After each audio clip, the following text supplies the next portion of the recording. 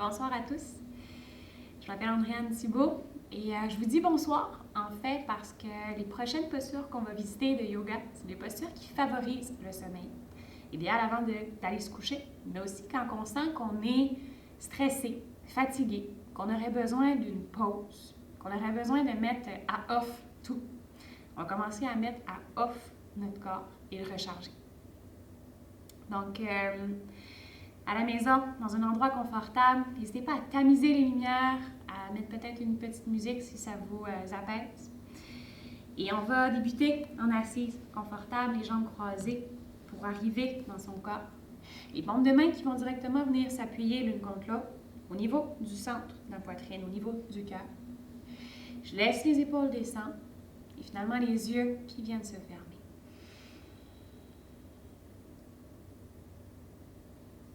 Et la respiration, d'abord, est toute naturelle.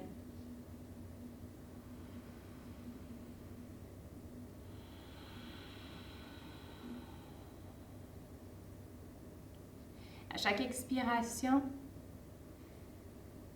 je laisse aller toute tension, stress, fatigue. Je vois ce que je laisse aller. Je peux même soupirer par la bouche.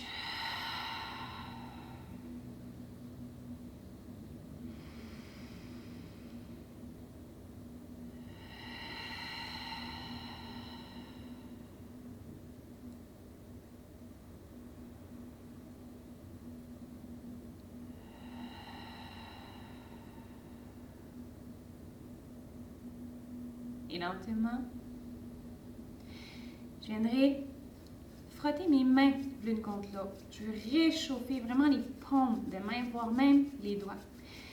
Et plus je pousse fort dans les mains l'une contre l'autre, je peux ouvrir les yeux pour observer le mouvement.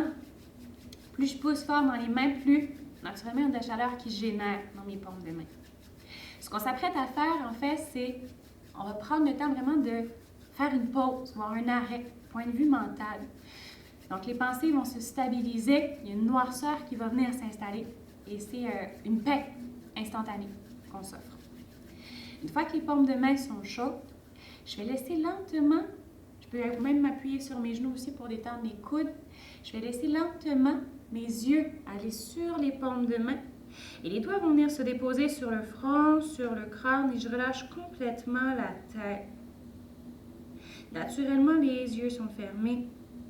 Les paumes de main bloquent la lumière un instant. Et c'est le vide. Parfait. Une paix plus grande. Un calme ressenti.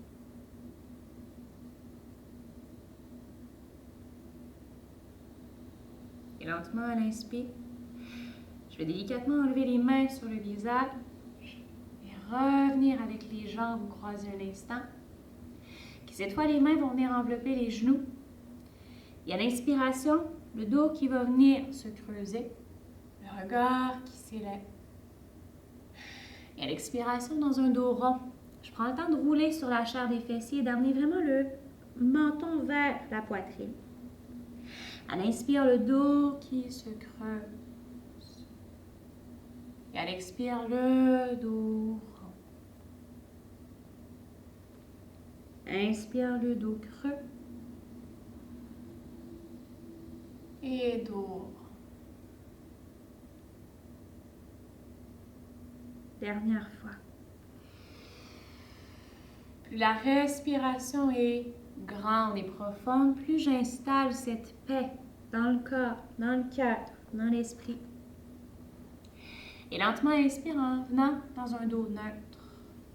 On va se servir de cette posture comme posture de transition ce soir. Dans Adho Mukha Svanasana, je vais laisser les mains aller au plancher et venir soulever les hanches vers le plafond.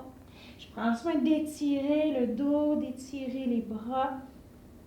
Et en cette fin de journée, je n'hésite pas à pédaler les jambes, soulever un talon, basculer les hanches d'un côté puis de l'autre. La tête aussi. Juste d'habiter encore plus notre corps ce soir. Voire de rentrer un instant en totale intimité dans son corps. Petite comme grande sensation, je suis à l'écoute totale du corps. Il n'y a rien d'autre qui existe en ce moment. Et à l'expiration, je vais apporter le regard entre les deux mains et tranquillement apporter le genou droit à l'arrière du poignet droit. Posture du pigeon. Je m'assure d'avoir d'abord mon tibia en angle. Ça va être beaucoup plus confortable. Je recule le genou gauche pour permettre aux hanches de descendre, Je ne veux pas m'asseoir sur la fesse droite. Je vais avoir les hanches avec le poids égal réparti dans les deux hanches. Si c'est très intense au niveau de la fesse droite qui est trop haute, que les hanches sont hautes, je prends une couverte et je viens juste la glisser sous ma fesse droite. Et lentement, une fois que les hanches sont bien, le poids est réparti de façon égale. À l'inspire, le dos qui va venir s'allonger en roulant les épaules vers l'arrière. Et à l'expire, je descends sur les avant-bras. Je peux laisser la tête aussi totalement s'abandonner. Peut-être que le corps a envie complètement d'aller se déposer sur la tête. Et je prends ce que je suis confortable ce soir. Les épaules sont détendues. Et naturellement, une fois que le corps est installé dans la posture, les yeux qui se ferment. Et toute l'attention est soit sur la respiration qui est naturelle, paisible, ou sur les zones du corps qui nous réclament. Peut-être qu'il y a des zones où est-ce qu'on se sent plus tendu. On peut guider l'attention dans ces zones et respirer. De détendre, voire de relâcher, de visualiser les fibres musculaires qui se détendent une à la fois. Tu crées de l'espace. Tu crées de la détente.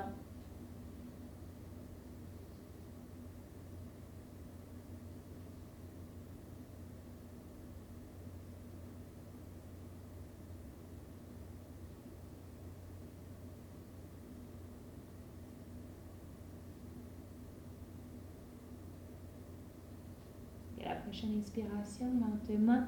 Si on est en direction du sol, on pourra soulever la tête, appuyer le bout des doigts au plancher.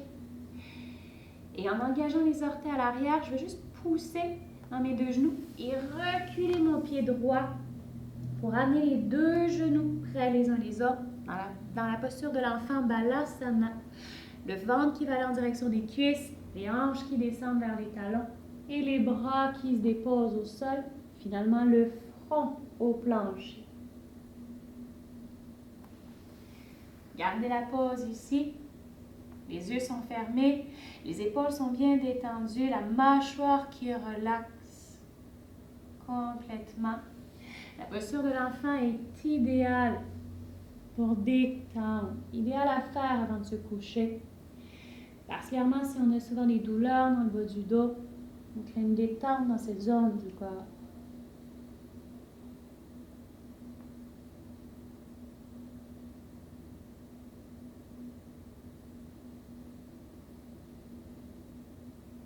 Et à l'inspiration, en soulevant la tête, les mains qui sont au sol, je reviens dans la posture de transition, V inversé, Adho Mukha Svanasana.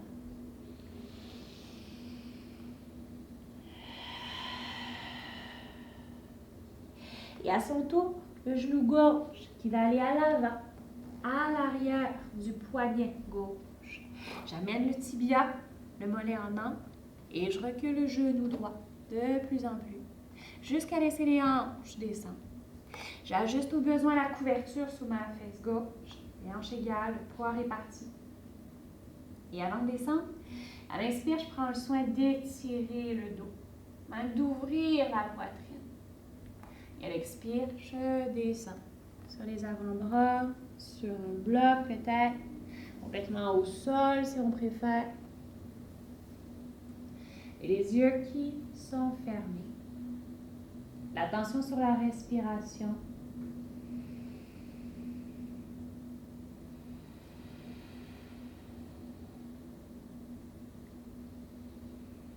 Ou les sensations du corps. Honore-les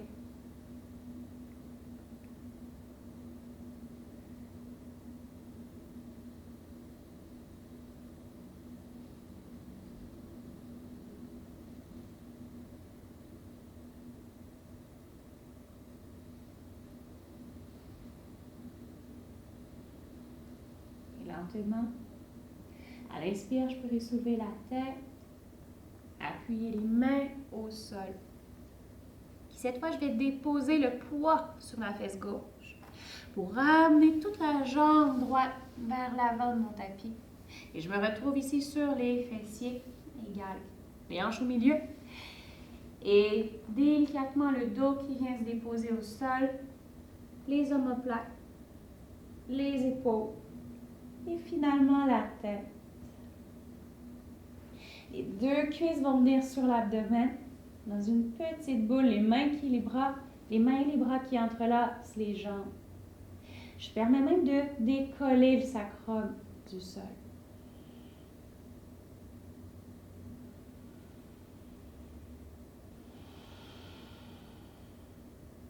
Et à l'inspire, en laissant les bras s'allonger vers le ciel, les mains aussi qui vont venir s'activer, et j'allonge les jambes.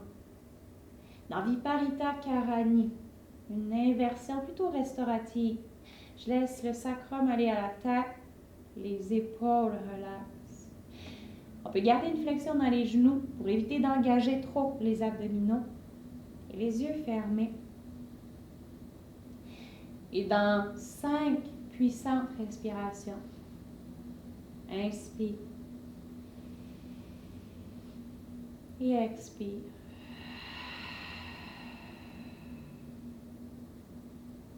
Inspire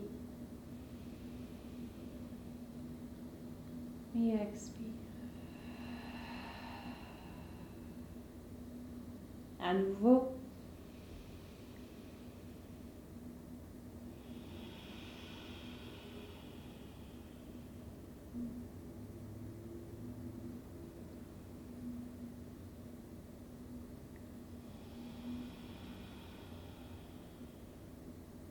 Et une dernière fois.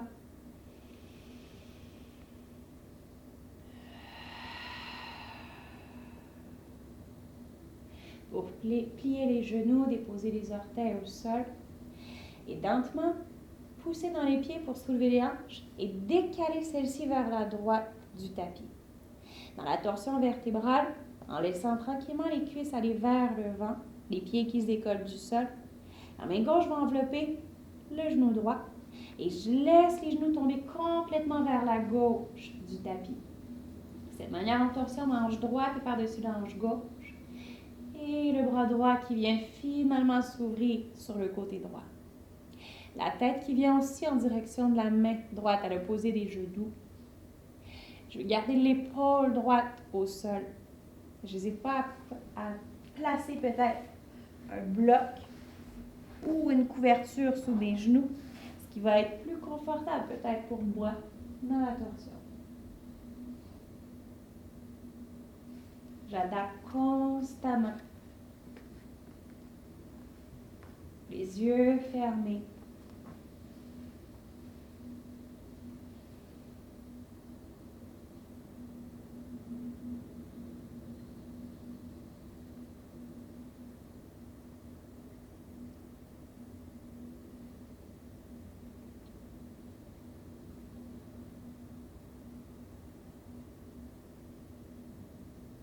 Et en revenant au centre, les hanches qui basculent cette fois vers la gauche du tapis. Les genoux qui tombent vers la droite. Je place un bloc ou une couverture au besoin sous les genoux. Le bras gauche qui s'ouvre sur le côté et la tête qui se tourne vers la main gauche. Les yeux qui sont fermés.